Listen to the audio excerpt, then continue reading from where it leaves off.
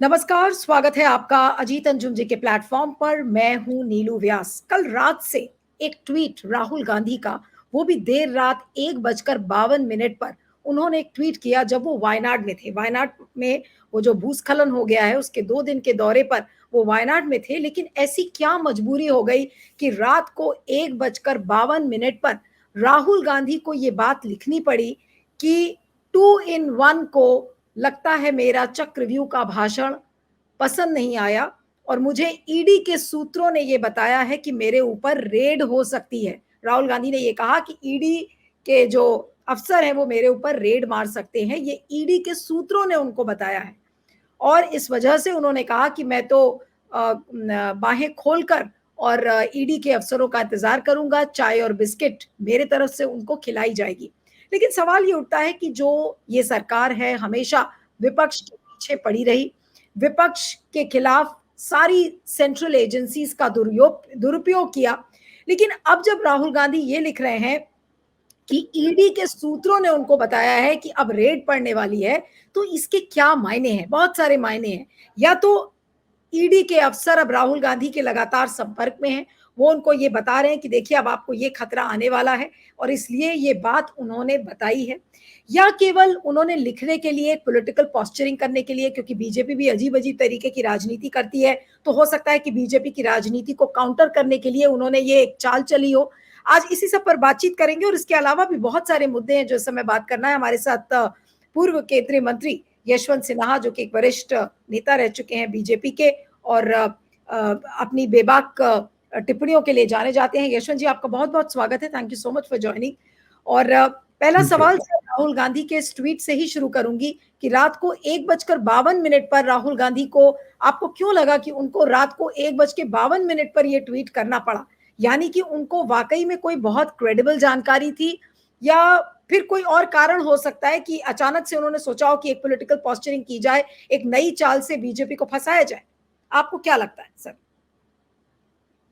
देखिए, track record देखा जाए, ट्रैक रिकॉर्ड अगर हम लोग देखते हैं तो हम पाते हैं कि इस सरकार का एक फेवरेट काम रहा है कि सरकारी एजेंसी जितनी हैं, ईडी हो, सीबीआई हो, उनका दुरुपयोग करो अपने पॉलिटिकल स्कोर्स को सेटल करने के लिए।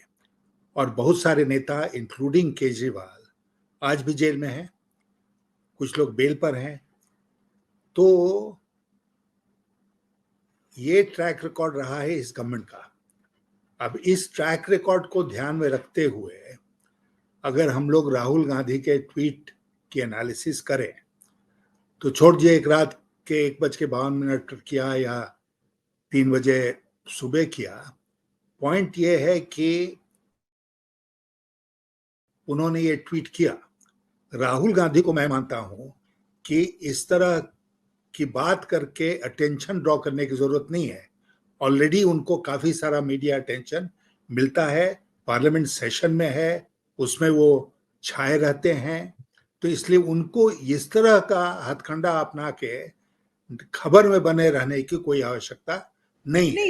आपको क्या लग रहा है ये केवल हथकंडा था और राहुल गांधी ने कि ये पॉलिटिकल स्टंट है उनका? नहीं, वही तो मैं कह रहा हूं कि पॉलिटिकल स्टंट करने की उनको जरूरत नहीं है।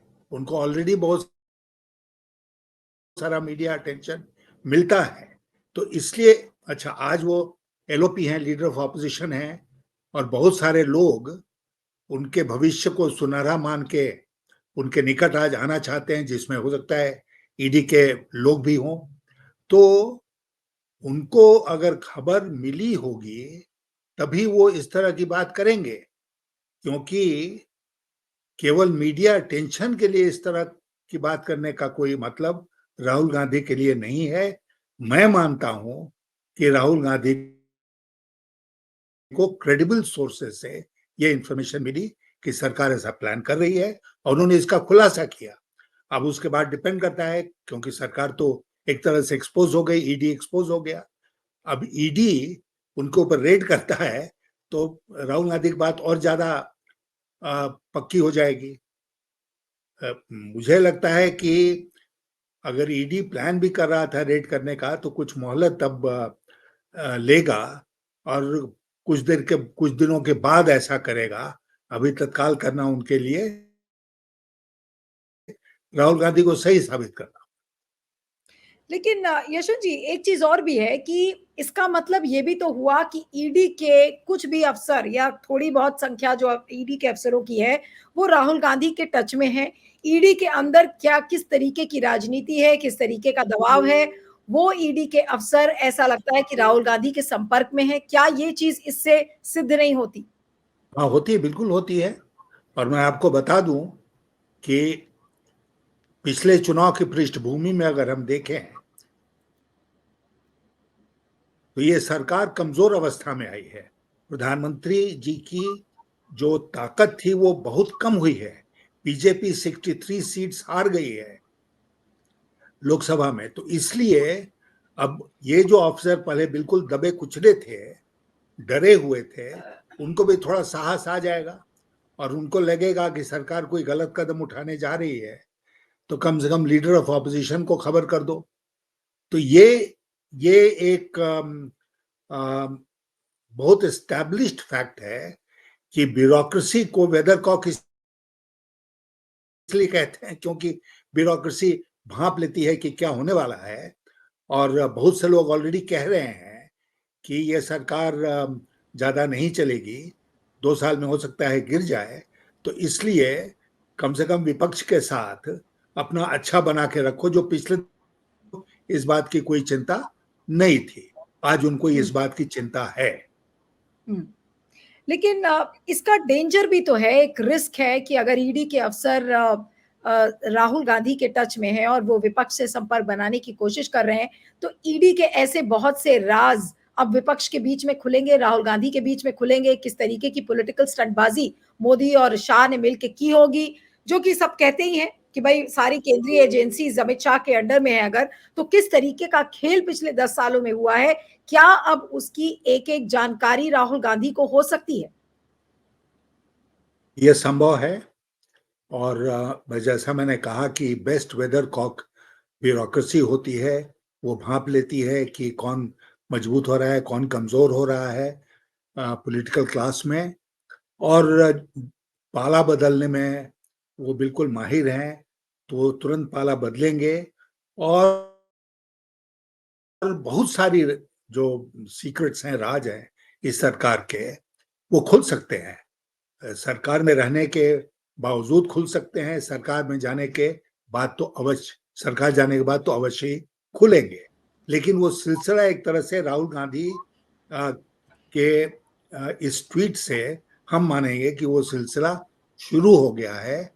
और सरकारी पदाधिकारी, जिसमें ईडी वाले भी शामिल हैं, वो अब हर बात को आंख मूंद कर, आंख बंद करके स्वीकार नहीं करेंगे और कहीं ना कहीं से एक इस तरह की चाल चलेंगे कि उनको वो गलत काम ना करना पड़े।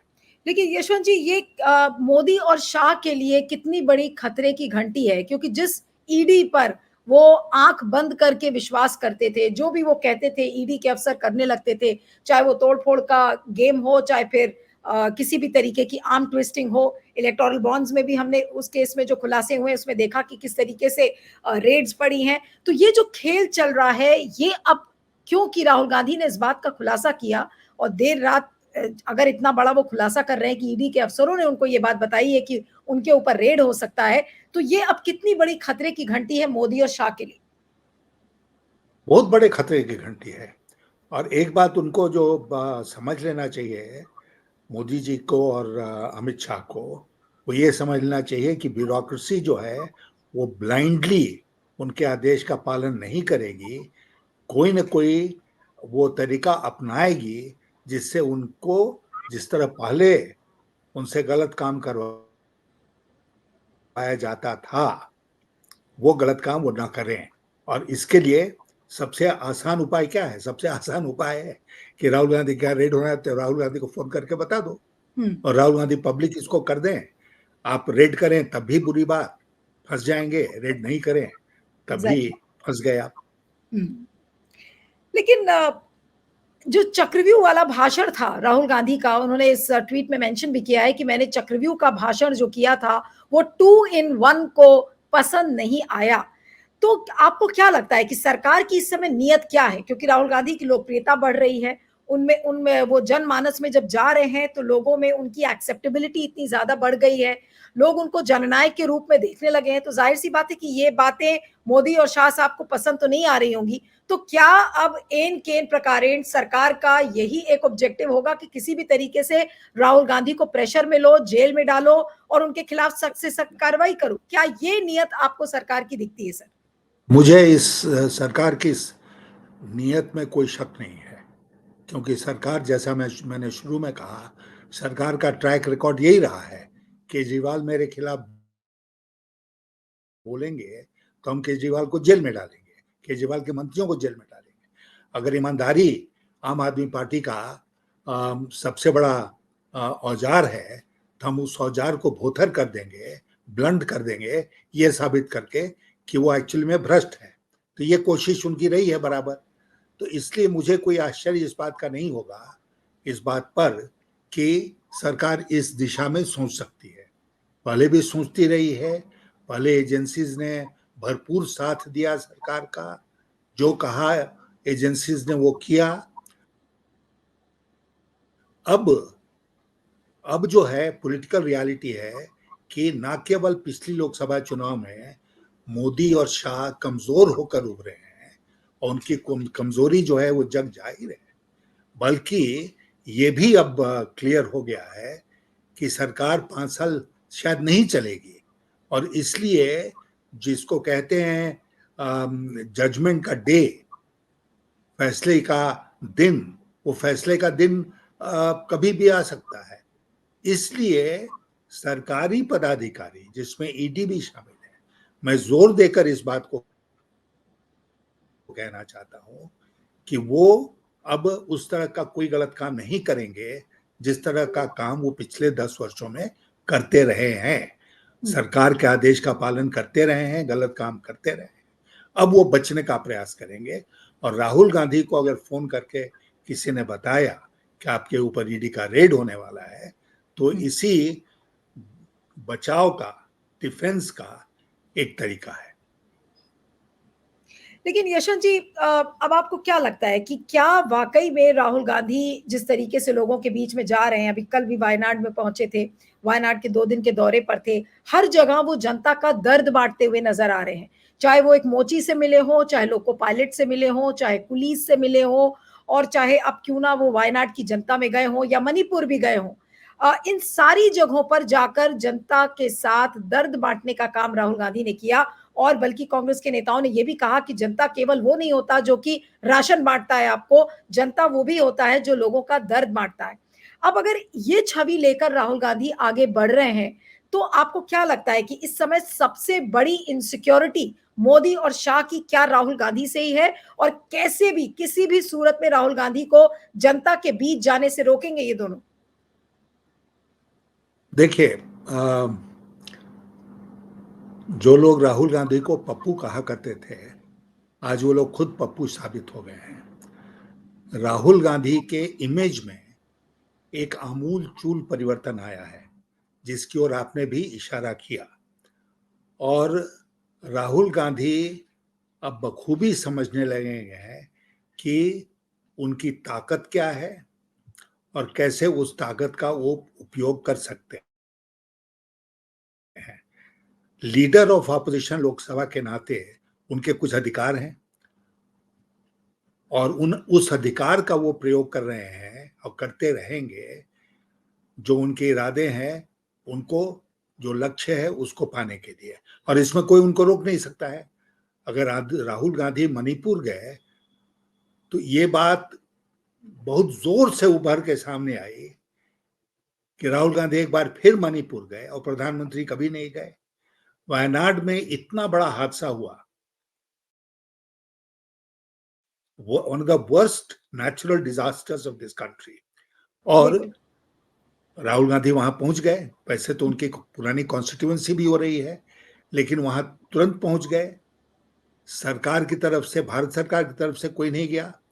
ना होम मिनिस्टर गए, ना रक्षा मंत्री गए, प्रधानमंत्री तो नहीं ही गए।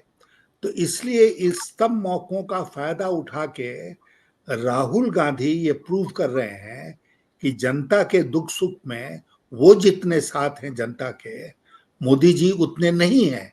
मोदी जी बहुत दूर चले गए हैं, बहुत डिस्टेंट हैं आज जनता नहीं, यशवंत जी, आपको लगता है कि के साथ सरकार संबंध। आपको लगता है कि सरकार कोई सबक सीख रही है इन हादसों से भी, या जो चीज जनता में देख रही है कि जनता का रिएक्शन बीजेपी की तरफ क्या हो रहा है?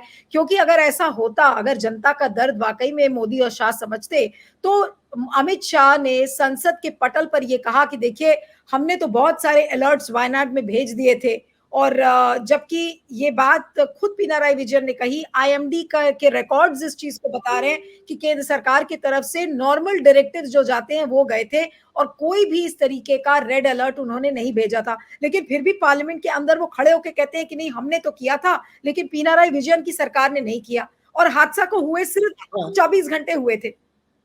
हाँ, वो बिल्कुल, बिकॉज पहले वो जानते हैं, उनकी आदत ये रही है कि वो कुछ भी बयान देकर पहले निकल जाते थे, और लोग विश्वास कर रहे थे कि नहीं, मोदी जी बोल रहे हैं, अमित शाह बोल रहे हैं, तो वही सही होंगे, दूसरे गलत होंगे।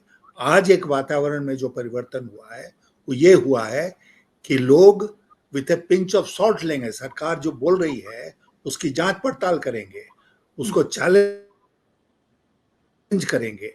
और अगर अमित शाह ने गलत बयानी की है लोकसभा के फ्लोर के ऊपर, और no less a person than the chief minister of Kerala इसे कि नहीं, ऐसा कुछ नहीं कहा उन्होंने, तो अमित शाह कटघरे में है। मुझे तो लगता है कि विपक्ष को पूरी तरह से इस बात को पार्लियामेंट में उठाना चाहिए कि आप टेबल ऑफ द हाउस पर रखिए कि आपने क्या क्या वार्निंग भेजी थी, और उस वार्निंग का क्या मतलब था, किस कैटेगरी में, किस श्रेणी में वार्निंग्स आती हैं।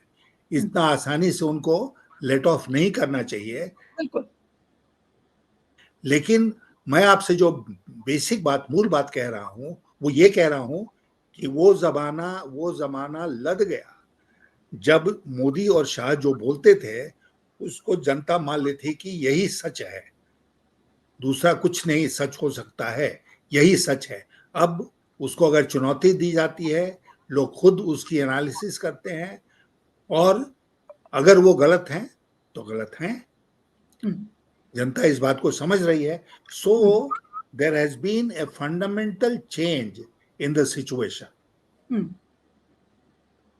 लोकसभा चुनाव के बाद से आमूल चूल परिवर्तन हो गया है इसको समझने और देखने में जनता के पॉइंट ऑफ व्यू से। नहीं, तो इसका क्या मतलब है यशवंत जी, कि क्या अगर मोदी और शाह साहब गंगा के अंदर खड़े होकर हाथ में जल लेकर भी अगर कुछ बोलेंगे तो जनता रोएंगे, अगर तो भी क्या जनता उन पे विश्वास अब नहीं करने वाली? क्या हालात ये हो गए?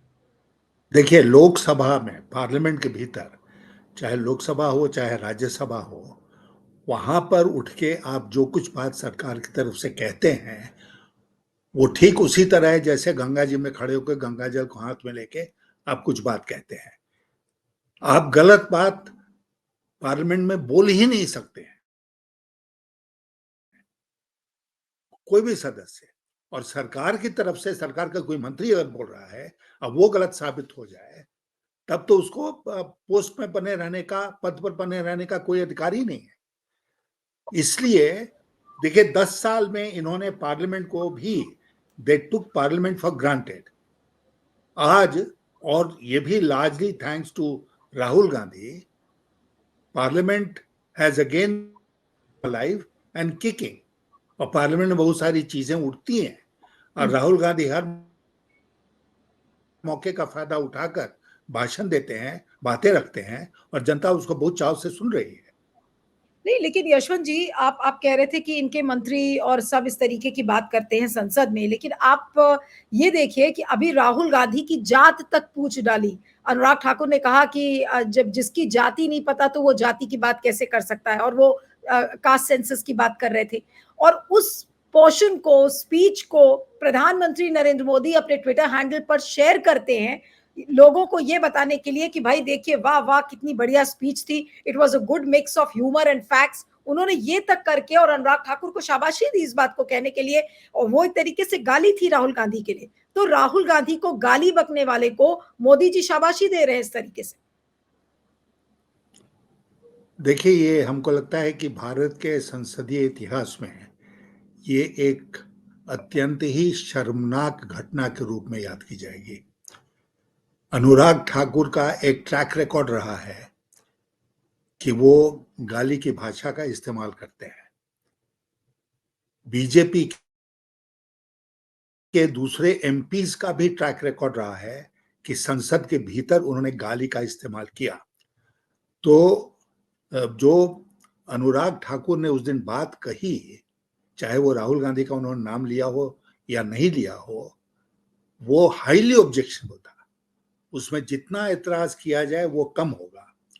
और उसके बाद प्रधानमंत्री जी उसको ट्वीट करें, तो उस शर्म को कितना और बढ़ा देता है इसकी कल्पना भी हम नहीं कर सकते हैं।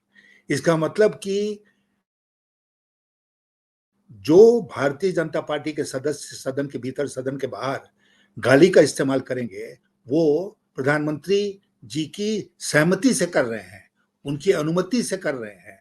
प्रधानमंत्री उनको एनकरेज कर रहे हैं कि तुम गाली का इस्तेमाल उपयोग करो, लोगों को गाली दो, क्योंकि अब हमारे पास कोई तर्कस में तीर नहीं बचा है, केवल गाली ही पर हम जिंदा रह सकते हैं, तो लेकिन इसलिए गाली बको।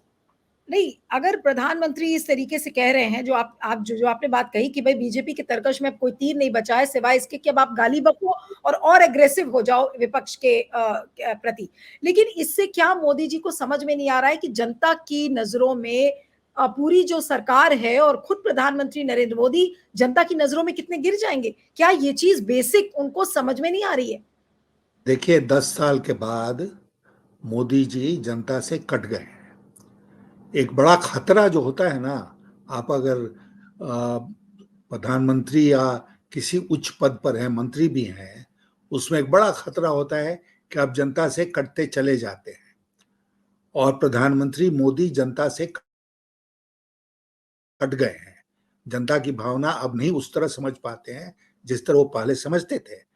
और इसलिए कोई आश्चर्य की बात नहीं है कि वो उस तरह का आचरण कर रहे हैं जिससे जनता में गलत संदेश जा रहा है, लेकिन वो इस बात को महसूस नहीं करते हैं कि हम जो कर रहे हैं और कह रहे हैं उससे गलत संदेश जा रहा है, क्योंकि वो फीडबैक उनको नहीं मिल रहा है।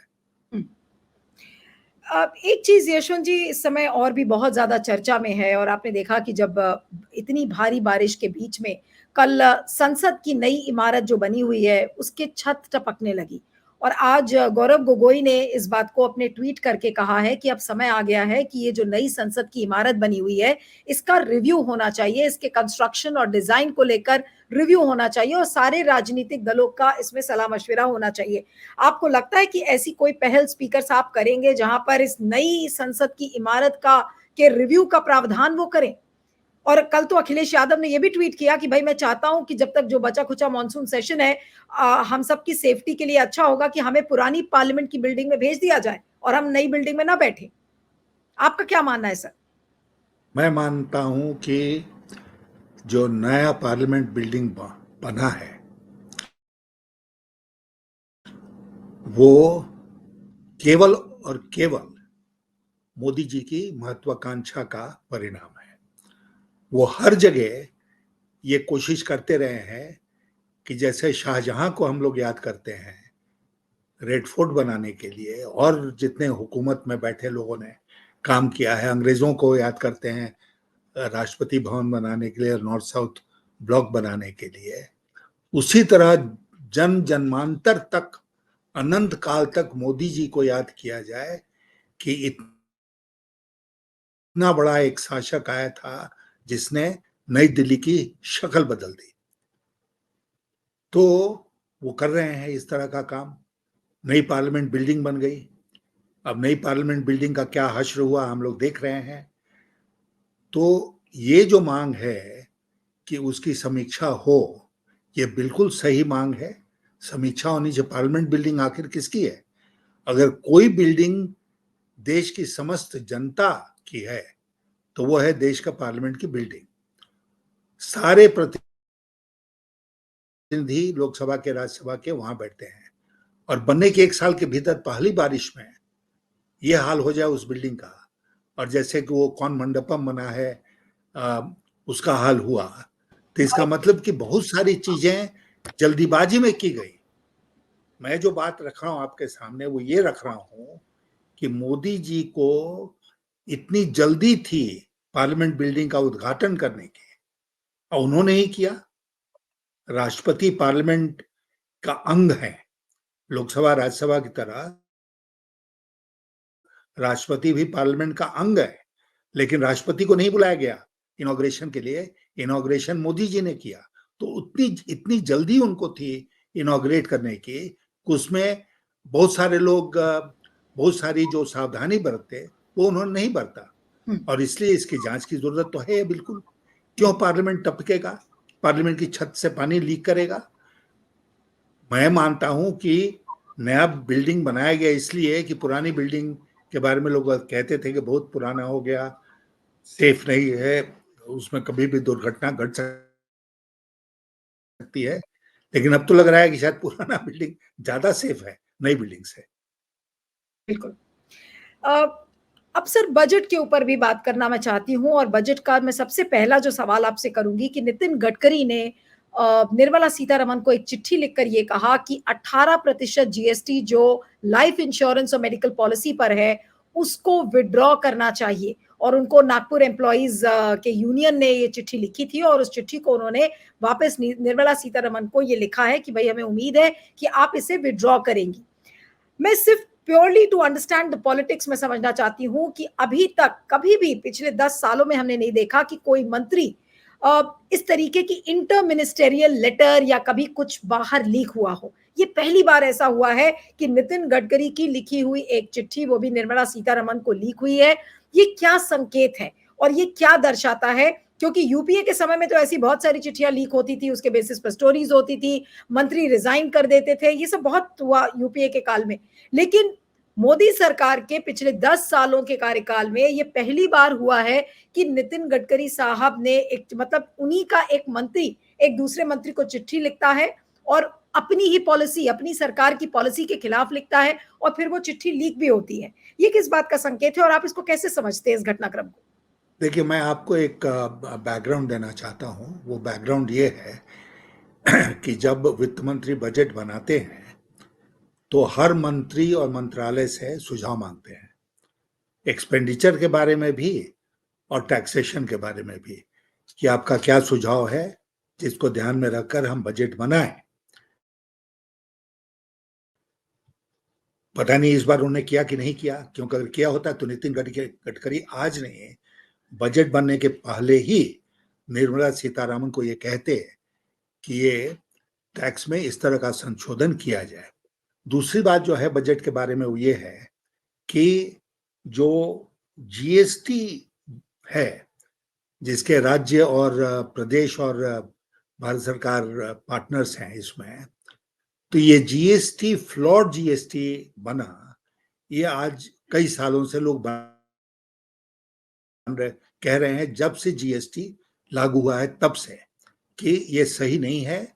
जीएसटी को गुड्स एंड सिंपल टैक्स करने के लिए इसमें बहुत सुधार की आवश्यकता है, जो लागू करने के पहले नहीं किया गया। मैं एक बात आपके सामने रखना चाहता हूं कि जब मैं वित्त मंत्री था तो मैंने पाया कि उस समय जीएसटी नहीं था, उस समय एक्साइज ड्यूटीज हुआ करती थी, और 12-15 रेट्स ऑफ एक्साइज थे। कोई कोई 2% पर, कोई 3%, कोई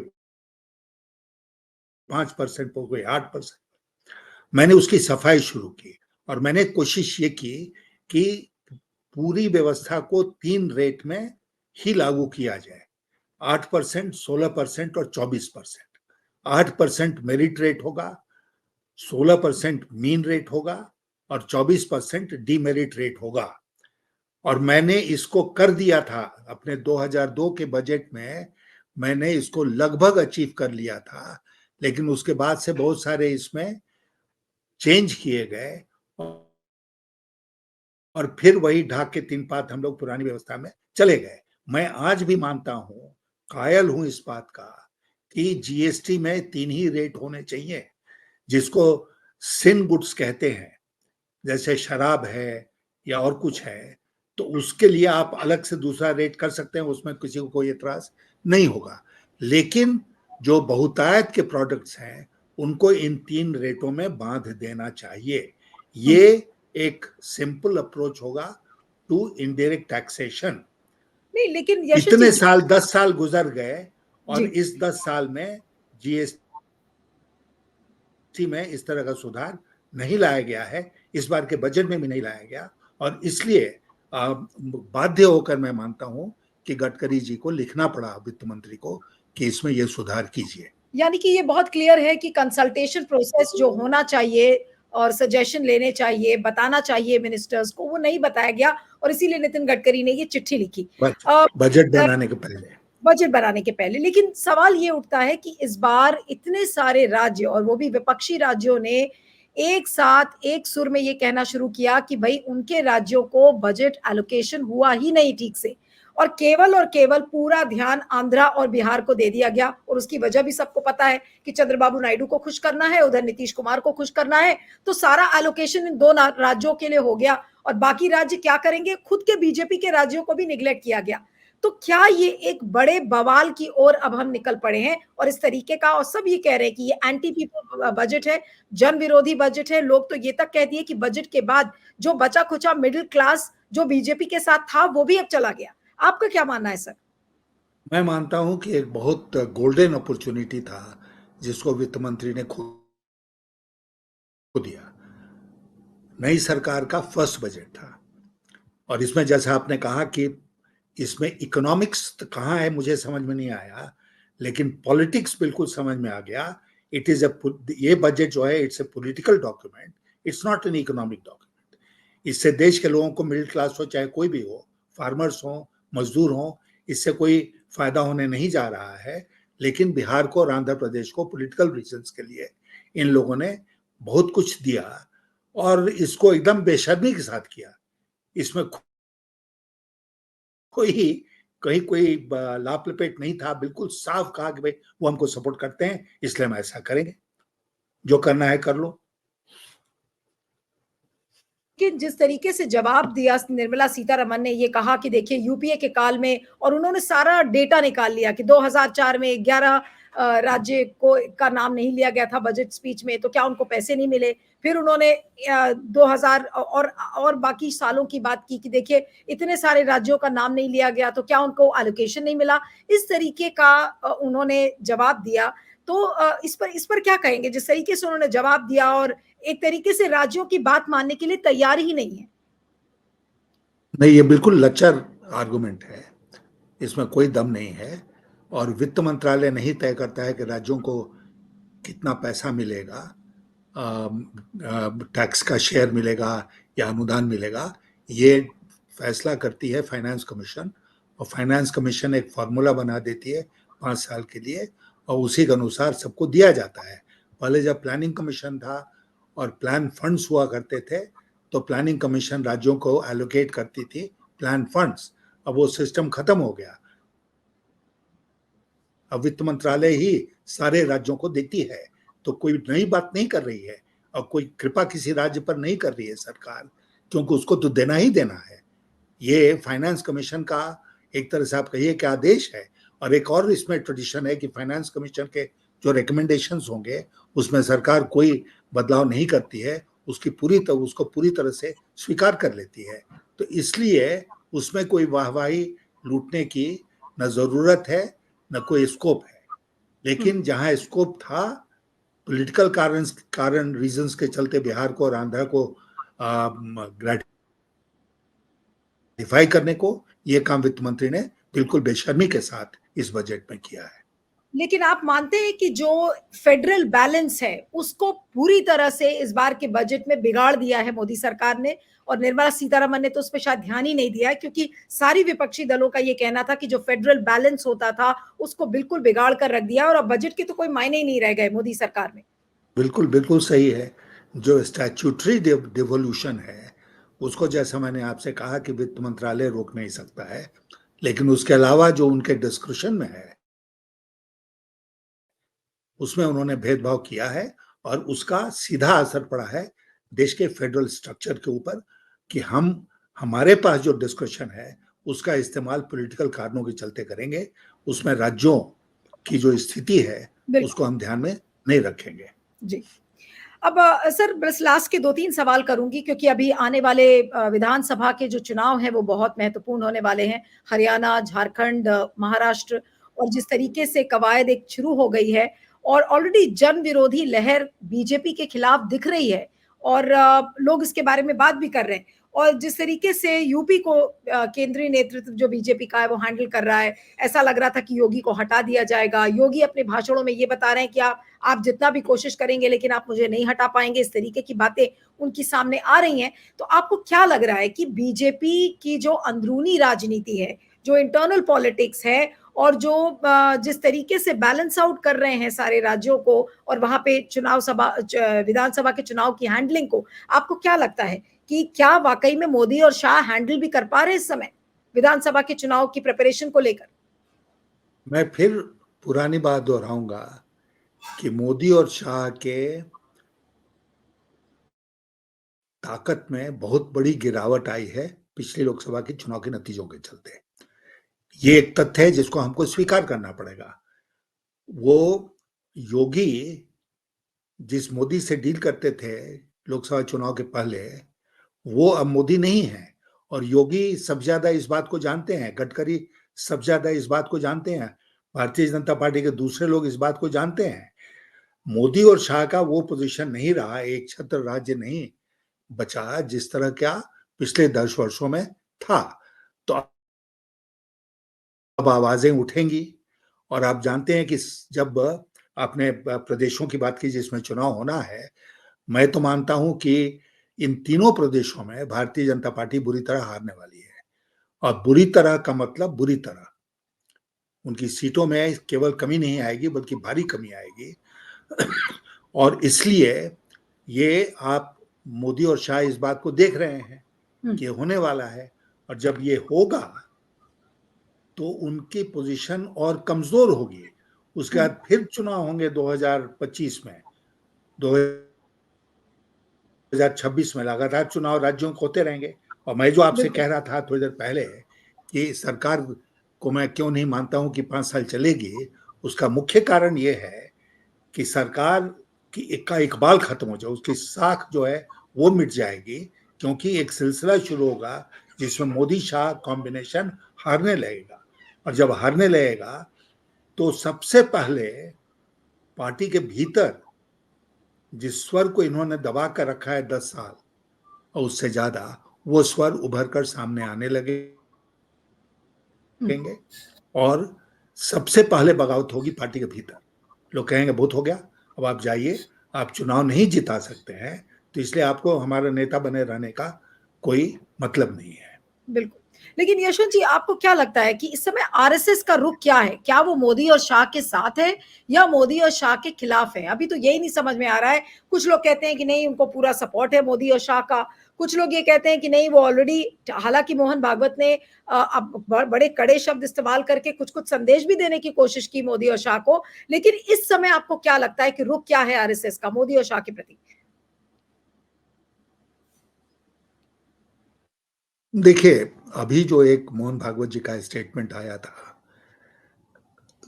कि जब मोदी जी ने कहा ना कि वो बायोलॉजिकल नहीं है, माने वो दैवी कोई प्रोडक्ट है, तो उस पर जो भागवत जी का स्टेटमेंट आया था वो किस बात का संकेत देता है? इस बात का संकेत देता है कि पिछले दिनों में संघ और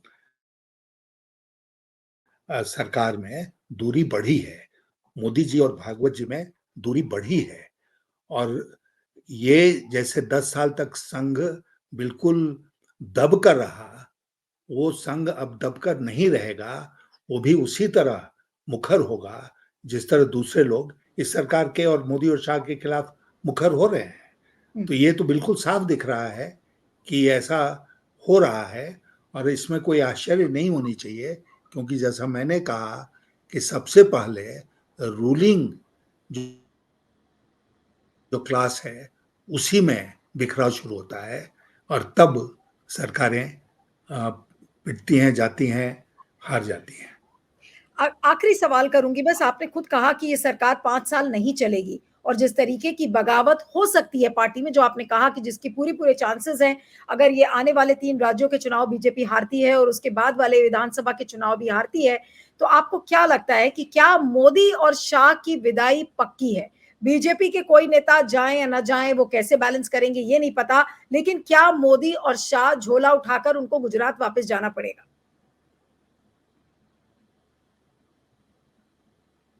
हाँ, बिल्कुल। जो हमारे मित्र शत्रुघ्न सिन्हा बार-बार जोर देके कहते हैं कि अगर ताली है कप्तान के लिए, तो गाली भी कप्तान के लिए ही होगी। तो कप्तान जो है, इसमें 2 लोग हैं कप्तान, तो ये दोनों जो हैं, इनके लिए खूब ताली बजी 10 साल में।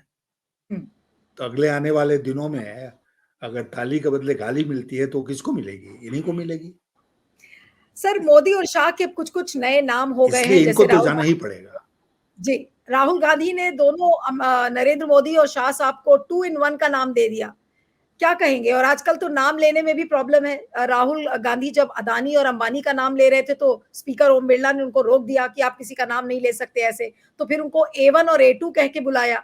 अब मोदी और शाह को 2 इन 1 बोला जा रहा है। नहीं, ठीक है। ये पार्लियामेंट्री टैक्टिक्स का एक हिस्सा है हुँ। और पॉइंट स्कोर करने के लिए बहुत अच्छा उन्होंने ऑन द स्पॉट सोचा। जब उन्होंने A1, A2 कहा और इनको 2 हुँ, इन 1 कहा, तो हुँ। जैसा मैंने कहा कि राहुल गांधी परिपक्व हो गए हैं और एक नई छवि के साथ आज देश की जनता के सामने हैं। मेरी शुभकामनाएं उनके साथ हैं। चलिए, आपका बहुत-बहुत शुक्रिया Yashwant sir. Thank you so much for joining. Thank you. Thank you.